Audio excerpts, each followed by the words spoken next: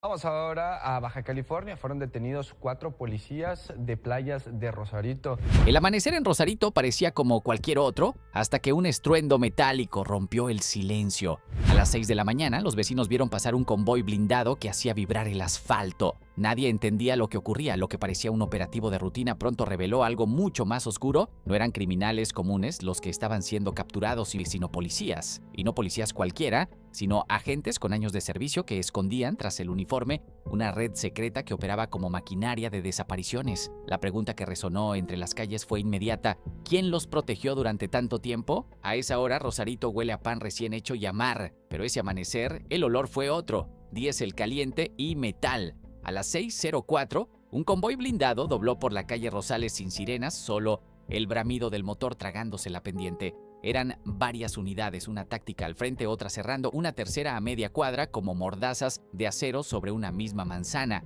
En los balcones, cortinas que se abren 2 dedos, celulares en modo cámara, perros que ladran sin saber por qué. La escena parecía de manual, y lo era. No había espacio para la improvisación. El plan se había cocinado en silencio. Vigilancias nocturnas, cambios de rutas, radios audibles a distancia exacta. Durante semanas, equipos discretos tomaron nota de hábitos mínimos. ¿A qué hora salía cada sospechoso? ¿Qué ruta prefería para evitar topes? ¿A qué tienda entraba a comprar café? ¿Qué vecino le saludaba por nombre? Nada se dejó suelto. 3 domicilios, 3 detenciones simultáneas, un margen de error de segundos. La primera puerta cayó de un embate, dentro un pasillo estrecho y una lámpara que titila. El objetivo, Eusebio Frausto Flores, tardó demasiado en entender. Miró la hora, miró la ventana, miró su teléfono. No alcanzó a marcar. El equipo que lo aseguraba no dijo más de 3 palabras, las suficientes para fijar control. En la mesa había un radio táctico encendido en un canal que no correspondía a turno alguno. Detrás 2 carpetas apiladas, una con un nombre en marcador rojo. Se tomarían después. En el otro extremo, la captura de Rosendo Valenzuela Ortega tuvo otro matiz. Abrió antes de que golpearan. Tenía una camiseta gris y las manos quietas, pero los ojos vibraban. No preguntó qué pasaba.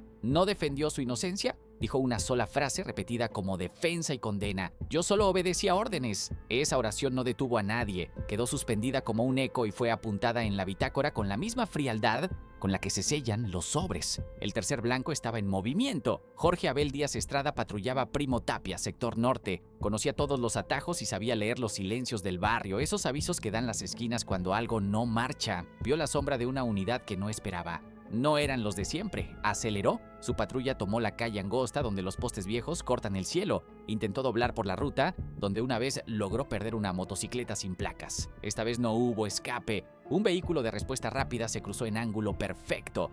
El golpe seco detuvo la huida. La puerta fue forzada en un movimiento, sin gritos, sin amenazas. Alguien alcanzó a escuchar un código en su radio: 78 en progreso, una llamada al vacío. Nadie respondió, no por desdén, porque esta vez quienes rodeaban a la gente no eran colegas tardíos ni rivales de barrio, eran quienes venían por él. La sincronización fue más que estética, pues evitó que la noticia corriera antes de tiempo. Ninguno de los 3 tuvo margen para avisar, esconder, destruir. Ninguno pudo arrastrar una carpeta a la basura o lanzar un teléfono por la ventana. Todo quedó donde estaba. Esa era la idea. En el comando, la pizarra mostraba líneas que conectaban horarios y domicilios con puntos negros en el mapa.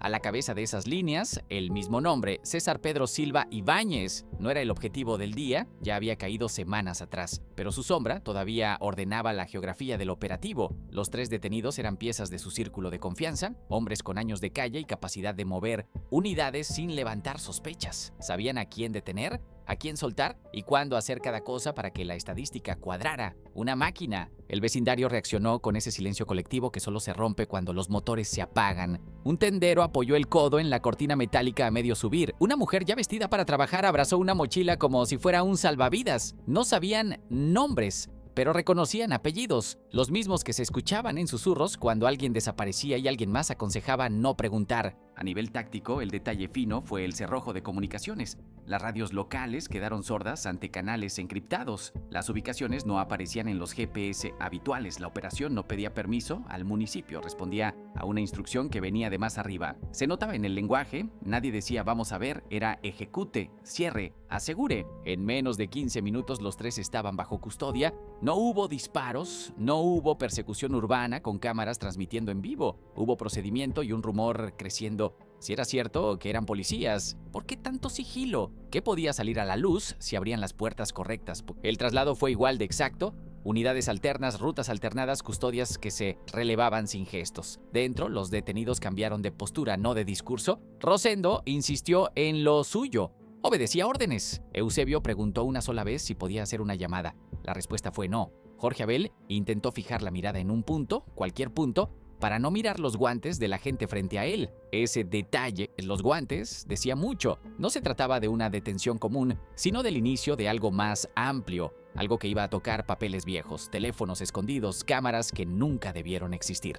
Al cerrar el primer parte, alguien escribió una nota corta en el margen, sin filtraciones. Era más un deseo que una regla.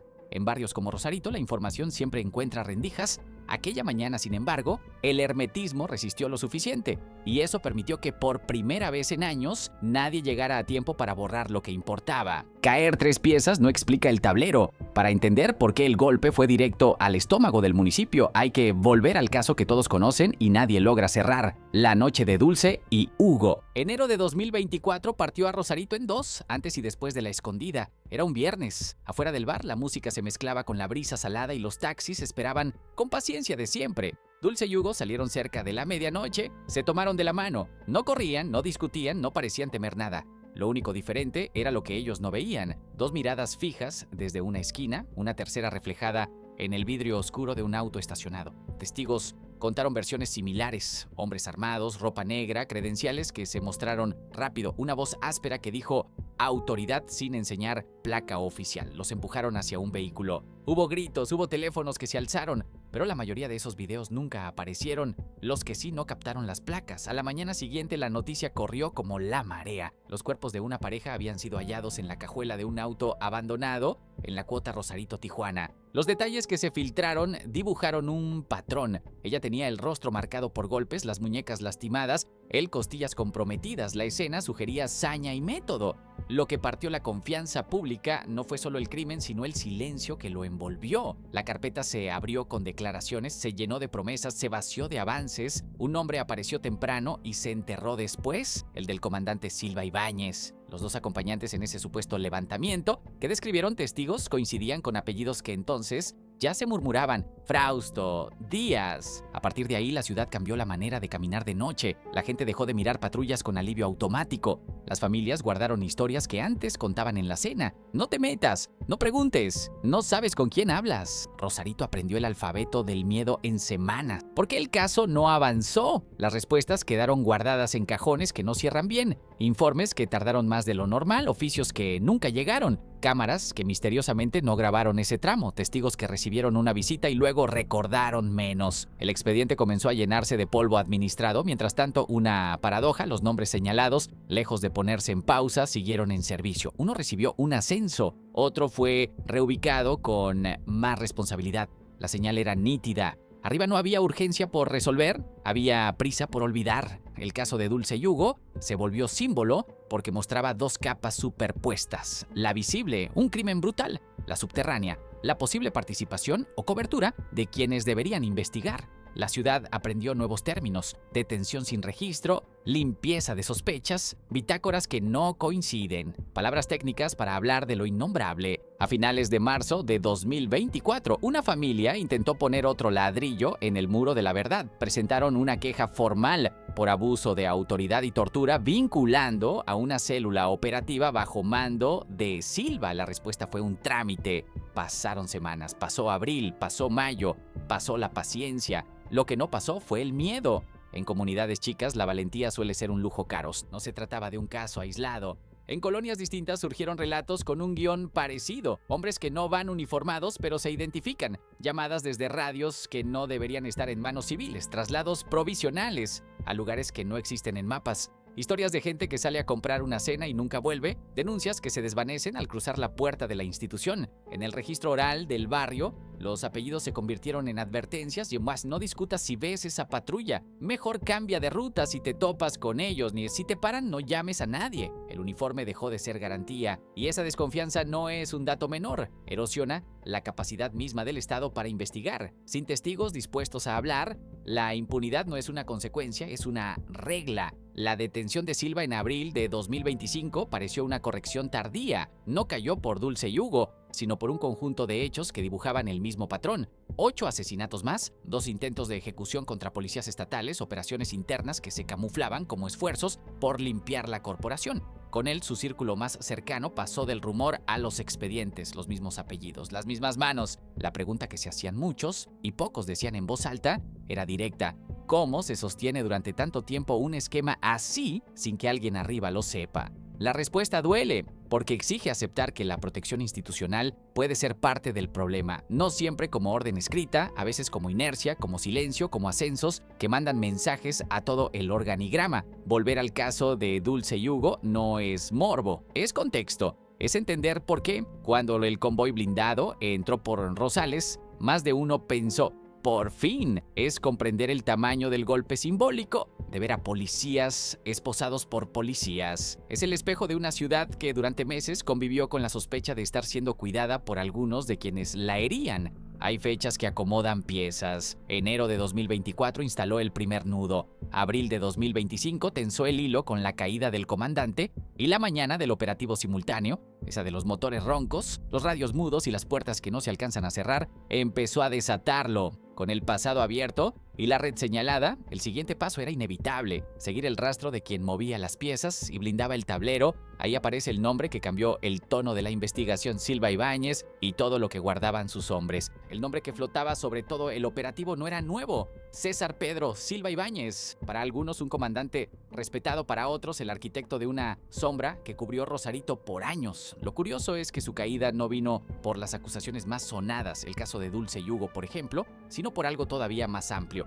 En abril de 2025, Silva fue detenido en un operativo federal. La orden llevaba meses en construcción. Había sobrevivido a denuncias, auditorías, rumores. Siempre encontraba cómo salir intacto. Esta vez no pudo. Lo acusaron de tener vínculos con 8 asesinatos y 2 intentos de ejecución contra policías estatales, un comandante de la policía municipal investigado por ataques contra sus propios colegas. La paradoja perfecta. Lo que más sorprendió fue lo que vino después. Una vez que él cayó, las miradas apuntaron directo a su círculo de confianza: Jorge Abel, Rosendo y Eusebio, los 3 que esa madrugada de Rosarito ya estaban esposados. Pero había algo extraño. En los registros oficiales, estos agentes tenían denuncias abiertas desde hacía años: tortura, abuso de autoridad, uso excesivo de la fuerza. Y sin embargo, ahí estaban, activos, patrullando, subiendo en jerarquía. La contradicción era demasiado obvia para ser un error burocrático. ¿Quién los protegía? ¿Quién firmaba los oficios que guardaban las carpetas bajo llave? Los investigadores comenzaron a ver un patrón. Cada vez que un caso tocaba al grupo de Silva, el expediente se desinflaba. Testigos que se retractaban, peritos que olvidaban anexar pruebas, superiores que decidían revisar indefinidamente. No era azar, era una red,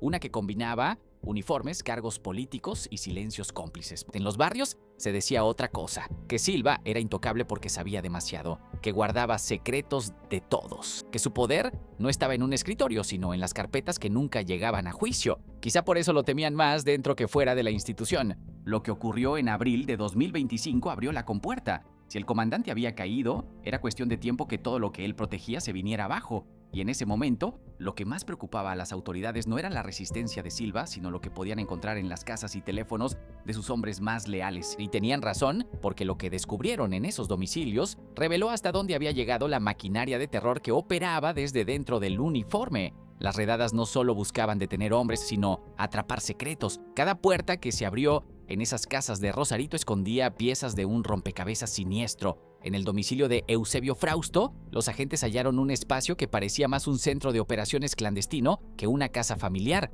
Había radios tácticos conectados a frecuencias no oficiales, computadoras con carpetas encriptadas y decenas de documentos sellados. El hallazgo más perturbador fue un sobre amarillo con un solo nombre escrito en marcador rojo: Andrés N. Ese nombre no era desconocido. Andrés había sido reportado como desaparecido en marzo de 2024. Ni tenía 29 años, trabajaba como mecánico y una noche simplemente no volvió a casa. Su caso quedó archivado. En el sobre había fotografías, ubicaciones y, lo más delicado, un documento firmado por Silva Ibáñez que autorizaba una detención sin registro. Un eufemismo para lo que en la práctica era una sentencia. En la casa de Rosendo Valenzuela, los investigadores confirmaron lo que se sospechaba en los pasillos. Él era el recuperador de información es decir, el encargado de interrogar a detenidos antes de que fueran oficialmente registrados, una técnica bautizada en clave como limpieza de sospecha. En la práctica era tortura sin nombre ni registro, ningún acta, ningún video oficial, solo dolor y silencio. Entre sus pertenencias se encontraron instrumentos improvisados, grabaciones de audio con gritos y notas escritas con descripciones de lo que cada detenido confesó. El caso de Jorge Abel Díaz Estrada fue todavía más escalofriante. Su reputación ya era temida en el sector norte. Callado, metódico, siempre a la sombra. En su teléfono, los peritos hallaron una carpeta oculta bajo el nombre anodino Notas de Servicio. Adentro había 38 videos clandestinos. No eran registros de operativos oficiales, eran grabaciones de personas amarradas con rostros cubiertos en habitaciones sin ventanas. Una de esas grabaciones estaba fechada el 17 de enero de 2024. La misma noche en que Dulce y Hugo fueron vistos por última vez, las imágenes eran borrosas, pero las voces eran claras. Una mujer lloraba, un hombre suplicaba, y en el fondo se escuchaba la voz inconfundible de Silva. ¿Creías que esto era un juego? La cámara, según análisis de movimiento, era sostenida por el propio Jorge Abel. Los fiscales no necesitaron más para entender que los rumores tenían carne y hueso. Lo que hasta entonces eran acusaciones sueltas, ahora estaba grabado. Y lo más perturbador era el patrón. Los videos mostraban distintos escenarios, algunos en instalaciones oficiales, otros en casas de seguridad improvisadas. Siempre la misma dinámica: detención sin registro, violencia, silencio. Uno de los peritos resumió la sensación en su informe interno. Esto no era corrupción común, esto era una maquinaria dedicada a desaparecer personas bajo cobertura institucional, pero los hallazgos no terminaban ahí. En la sala de Jorge Abel también encontraron una libreta con horarios de patrullaje que no coincidían con los oficiales, números de placas clonadas y una lista de alias escritos a mano. En la parte superior, una sola palabra subrayada 3 veces: objetivos. Todo apuntaba a que esos 3 policías no eran piezas menores, sino ejecutores de un plan mucho más amplio, diseñado y tolerado por quienes debían proteger a la ciudad. Y si lo que se encontró en esas casas heló la sangre de los investigadores, lo que vendría después demostraría que el círculo de complicidad llegaba mucho más arriba. En una pizarra dentro de otra de las viviendas encontraron mapas de la ciudad, calles marcadas con tinta negra, fotografías con apodos y fechas. En la parte superior, una frase escrita como consigna: no testigos, no preguntas, solo cumplimiento. Eso confirmaba que no era obra de individuos aislados, sino de una célula operativa. El informe posterior reveló que al menos 2 mandos superiores todavía activos daban cobertura a estas operaciones. La orden desde la Ciudad de México fue clara. Omar García, al frente de la estrategia federal, lo dijo sin rodeos: no hay intocables. El operativo, que parecía limitado a 3 agentes, ahora se expandía hacia niveles más altos de la estructura. Las pruebas apuntaron a un nombre inesperado: César Rivas, ex jefe de inteligencia de la Policía Estatal y actual asesor de seguridad en el Ayuntamiento de Rosarito. En expedientes confiscados, su nombre aparecía vinculado a desapariciones ocurridas en 2023 y 2024. Un video lo mostraba frente a un mapa, diciendo con frialdad: quiero todo limpio antes de que llegue la nueva administración. Esa misma semana desaparecieron 4 personas, entre ellos 2 policías que habían denunciado extorsiones. Cuando el operativo avanzó hacia él, intentó huir en un convoy sin placas rumbo a Tecate. Fue interceptado tras una persecución de alto riesgo. Rivas se rindió con las manos en alto, repitiendo una frase que dejó helados a los fiscales: yo no decidía, solo ejecutaba lo que venía desde el centro, desde Ciudad de México. Mientras las autoridades analizaban lo encontrado, una madre llegó a la fiscalía con la foto de su hijo, Luis Eduardo, desaparecido en febrero de 2024, supuestamente detenido por una patrulla de Jorge Abel. En la libreta de Rosendo aparecía su nombre junto a otros 14. El operativo se trasladó a un terreno baldío señalado en esa libreta. Lo que encontraron allí fue devastador. A 12 minutos de excavación apareció un zapato, luego una tela azul desgarrada y finalmente un cuerpo con las manos atadas. Era Luis Eduardo. El terreno contenía 7 cuerpos más, todos jóvenes, todos reportados